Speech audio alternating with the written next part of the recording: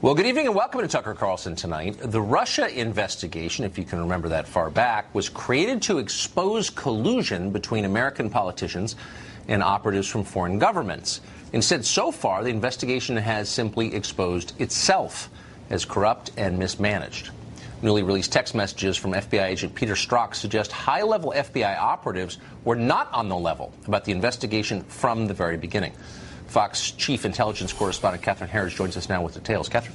Well, thank you, Tucker. The text messages are a window into the FBI's highly charged internal politics under then-Director James Comey and suggest at least one senior investigator was skeptical the Russia probe would uncover wrongdoing. 2 days after Special Counsel Robert Mueller took over the probe in May, now demoted FBI agent Peter Strzok and now reassigned FBI lawyer Lisa Page discussed the merits of joining Mueller's team. Strzok tells Page, "You and I both know the odds are nothing. If I thought it was likely, I'd be there, no question. I hesitate in part because of my gut sense and concern there's no big there.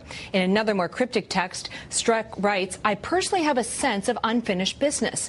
Unleashed it with MYE, that stands for mid-year exam, the FBI's code name for the Clinton email case. And now I need to fix it and finish it." Another Republican who read the text said the FBI officials talk about a secret society within days of President Trump's victory.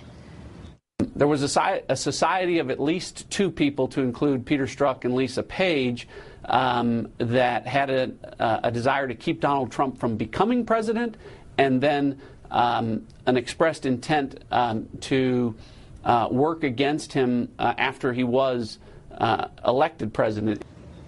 The FBI blames the technical problem for a 5-month gap in the Strzok-Page text and would not comment to Fox News on whether the Bureau has taken physical custody of their phones for a forensic review that could recover those texts. Tucker. Catherine Harris, thanks for always being on this. Joe DeGenova is a former U.S. attorney in D.C., and he joins us tonight. Joe, thanks a lot for coming on. My pleasure. So on Special Report a little over an hour ago, Ron Johnson, the head of Senator, who's head of the Homeland Security Committee, suggested that the secret society referenced in these texts may have been an actual thing, and it may have met off-site, away from the FBI secretly. We don't know more than that. What does this suggest to you? It suggests, as we've said from the beginning, that there was a brazen plot to illegally exonerate Hillary Clinton, and if she didn't win the election, to then frame Donald Trump with a falsely created crime. Everything that we have seen from these texts and from all the facts developing shows that the FBI and senior DOJ officials conspired to violate the law and to deny Donald Trump his civil rights. What would be the motive for that? The motive would be that they didn't like Donald Trump, they didn't think he was fit to be president, and they were going to do everything within their power to exonerate Hillary Clinton, and if she lost, to frame Donald Trump with a false crime because they didn't think he should be president. What do you make of the claim that 5 months of text messages between Strzok and Lisa Page have somehow disappeared, as Lois Lerner's emails did, as Hillary Clinton's emails did? Well, as an old United States attorney who has watched obstruction of justices over the years, that explanation from the Bureau is ludicrous. Those texts were either purposely destroyed, period. They were purposely destroyed. Moreover, they exist somewhere. I can assure you the NSA has them. Other companies have them. Verizon has them, AT&T. And if the Bureau can't figure out how to get them, they're in worse shape than I thought they were. So you don't buy it at all? No, absolutely not. Those texts exist, and if they don't exist, they were destroyed. So you suggest this is obstruction of justice. How do we proceed if the country's chief law enforcement agency is itself guilty of that? Well, the Attorney General needs to appoint a special counsel, and if he doesn't want to do that, he needs to make sure that the criminal division of the Justice Department impanels a grand jury immediately and starts putting in that grand jury under oath Comey, Strzok, Page, Baker, McCabe, everybody, and senior Justice Department officials, Sally Yates, Bruce Orr, and others, John Carlin, the head of the National Security Division, all of these people need to be in front of a federal grand jury. We have long since passed the time when we need to have just congressional investigations for this. Make no mistake about it. A group of FBI and DOJ people were trying to frame Donald Trump of a falsely created crime. Is there any possibility the Justice Department has already impaneled that investigation? Oh, I certainly hope so, because we're long past the time when that should have been done. I hope they have.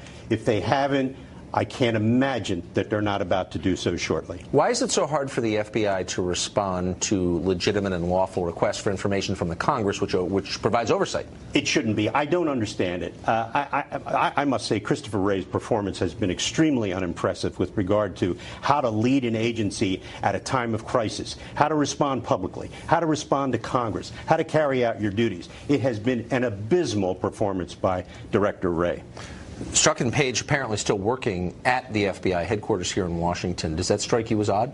Strikes me as very odd. I cannot conceive of circumstances under which agents in these conditions, with the kind of text messages that they exchange, knowing what we know now about the criminal activity involving the compromising of National Security Agency intercepts of 702 data involving private American citizens. I can't imagine how they can still be on the premises. Would they be cleared to see classified information? I certainly cannot imagine how they would still be cleared to see classified. But they have access to former colleagues, of course, or their present colleagues in the building. Yes, members of the secret society no doubt continue to still talk to one another. What can be, I mean, are there civil service rules? I mean, how could that be at this point? I'm afraid only Christopher Wray knows why they are being allowed to stay in that building.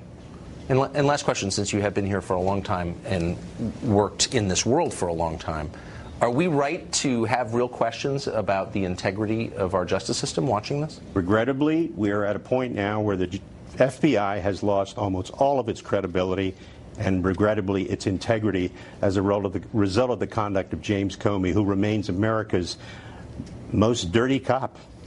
Terrifying. Joe DeGenova, thank you very much for that. Thank you.